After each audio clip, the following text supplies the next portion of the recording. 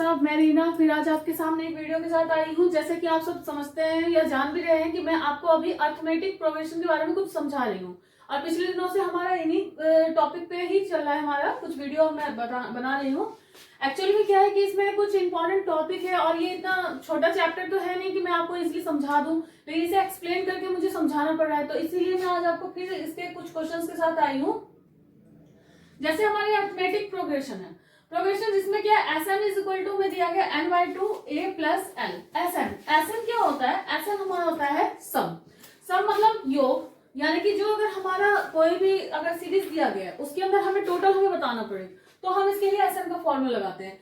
अब Sn का है हमारे दो फॉर्मूला क्या होता है? Sn is equal to n/2 bracket a plus l, ये एक फॉर्मूला हो गया। दूसरा हमारा हो गया Sn is equal to n/2 bracket 2a plus n-1 into d। तो जैसे कि आप सब समझ रहे हैं कि एक हमारा ये भी फॉर्मूला है, किसमें भी है, और बच्चे इसमें कंफ्यूज हो जाते हैं कि मैम ये फॉर्मूला कब पुट करते हैं, ये कब लगाते हैं।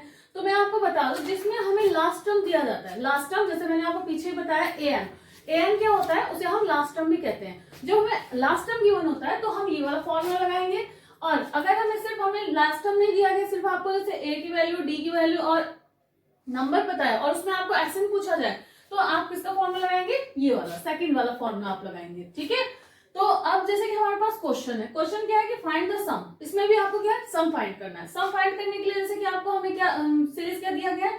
2, 7, 12 और इस तरह से हमें टोटल कितने टर्म है? 10 टर्म, यानी कि नंबर ऑफ टर्म हमारा कितना हो गया? 10। हमें जो चीज गिवन है सबसे पहले हमें तो वो लिखना होगा। जैसे a इज इक्वल टू में कितना दिया है? 2 and d is equal to 7 minus 2, क्योंकि मैंने आपको पहले भी बताया था कि क्या होता है फॉर्मूला a2 माइनस a1। मैं एक बार आपको फॉर्मूला यहाँ पे लिख भी देती हूँ तो उसके बाद हम बताते हैं। ठीक है, a2 माइनस a1।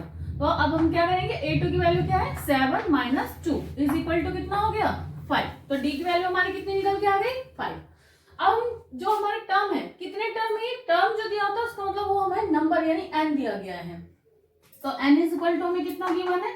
10। अब इसमें हमें क्या फाइंड करना है? Sn। तो यहाँ पर लिखते हैं s और यहाँ लिखेंगे 10। क्यों लिखेंगे 10 यहाँ पर? क्योंकि देखो Sn में क्या होता है, यहाँ n लिखा होता है, n फॉर नंबर, तो नंबर हमारा 10 दिया गया है। अब इस इक्वल टू हम पहले फॉर्मूला लगाएंगे। पहले फॉर्मूला आपको लिखना जरूरी है, n/2 bracket 2a plus n-1 into d।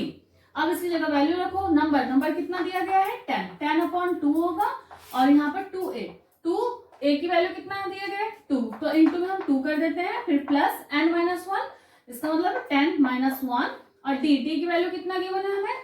5, क्योंकि हमने इसमें से फाइंड किया था माइनस करके। अब मैं इस साइड आपको करके दिखाती हूँ। जैसे आप देख सकते हैं कि अगर नंबर डिवाइड होता है तो हमें इससे डिवाइड कर देना है, तो 2 5 जा 10। अब हमारे यहाँ पर कितना आ गया? S10 जो है हमारा कितना चला यहाँ पर? 5 ब्रैकेट। अब यहाँ देखिए इन दोनों मल्टीप्लाई हो रहा है, तो 2 2 जा 4, तो हम यहाँ लिखेंगे 4 प्लस 10 में से 1 को माइनस करना है तो कितना आएगा? 9, और 9 को हम 5 से मल्टीप्लाई करेंगे तो 9 5 से कितना हो जाएगा? 45, तो यहाँ आपको लिखना है 45। अब हमारे यहाँ पर क्या हो जाएगा? 5 ब्रैकेट 45 में 4 प्लस कर देंगे तो कितना हो जाएगा? 49। अब इसमें क्या करते हैं हम? ब्रैकेट में क्या होता है? मल्टीप्लाई। अब हम करेंगे मल्टीप्लाई 49 और 5 को मल्टीप्लाई, तो मैं आपको रफ में भी करके बताती हूँ। तो यहाँ पर हो गया 49 और 5 मल्टीप्लाई करेंगे, 5 9 जा 45, 5 लिखना है, 4 ऊपर कैरी ओवर कर देना है, 5 4 जा 20 एंड 4 कितना हो जाएगा? 24। तो हमारा कितना निकल के आ गई है? 245। तो S10 की वैल्यू हमारी कितनी निकल के आ गई? 245। तो इस तरीके से हमें इन क्वेश्चंस को करना चाहिए, और आप सबको आगे इन क्वेश्चंस को इसी तरीके से, इसी फॉर्मेट से ही सेम आपको करना है सॉल्व। अब मैं आगे इसी तरह से क्वेश्चन आपको बताऊंगी जिसमें आपको ये दिखाऊंगी कि आप ये फॉर्मूला हम कब लगाते हैं।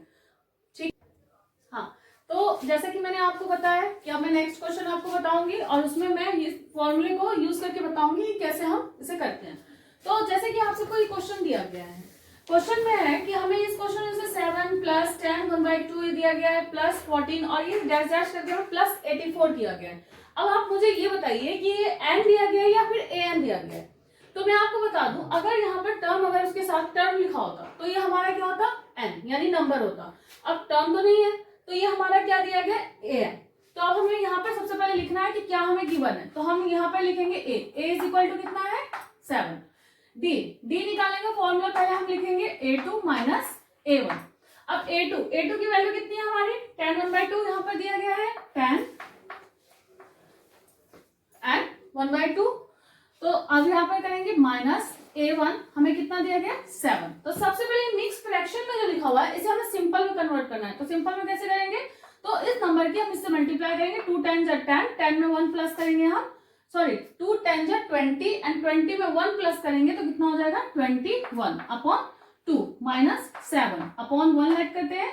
तो यहाँ पर इसका एलसीएम लेना है, एलसीएम क्या आएगा 2, अगर हम करते हैं यहाँ पर तो कितना आ जाएगा 21 माइनस। अब बहुत बच्चे पता है इसमें मिस्टेक क्या करते हैं कि उनको ये एलसीएम वाला मेथड ये पता नहीं होता कैसे करते हैं। तो मैं आपको बता दूं, जैसे नीचे जो नंबर होते हैं उनको आपको टेबल मानते हुए चलो, वो टेबल होते हैं मान, जैसे 2 है तो 2 के टेबल में 2 कितने टाइम्स में आएगा 1 टाइम्स में। तो हम 1 को फिर हम क्या करेंगे 21 से मल्टीप्लाई, 21 1 जा 21, फिर माइनस से माइनस, फिर 1 से करेंगे 1 के टेबल में 2 आएगा 2 टाइम्स में, फिर 2 को हम 7 से मल्टीप्लाई करेंगे तो कितना आएगा ये 14।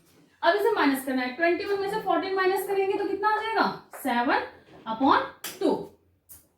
ठीक है, इस तरीके से हमारा डी कितना निकल के आ गया 7/2। तो डी इज इक्वल टू हम लिखेंगे 7/2 और हमें फिर ये क्या गिवन है an। अब हम यहाँ पर लिख देंगे an इज इक्वल टू 84। अब मैंने आपको पहले भी बताया था कि जो चीज हमें दिया जाता है जो गिवन है हम उसका ही फॉर्मूला पहले लगाएंगे, जैसे an।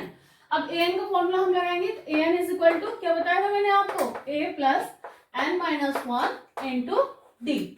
तो जो चीज हमें जहां दी गई है हम उसकी जगह वैल्यू रख देंगे। तो जैसे हमारा an कितना दिया गया 84, हमने 84 रख दिया, इज इक्वल टू a कितना गिवन है 7, फिर यहाँ पर 7 रखेंगे प्लस नंबर। अब नंबर तो हमें गिवन नहीं है, हम क्या करेंगे n रखेंगे, तो n-1 इंटू डी। डी की वैल्यू कितना दिया है 7/2, जो हमारा निकल करके आया था 7/2।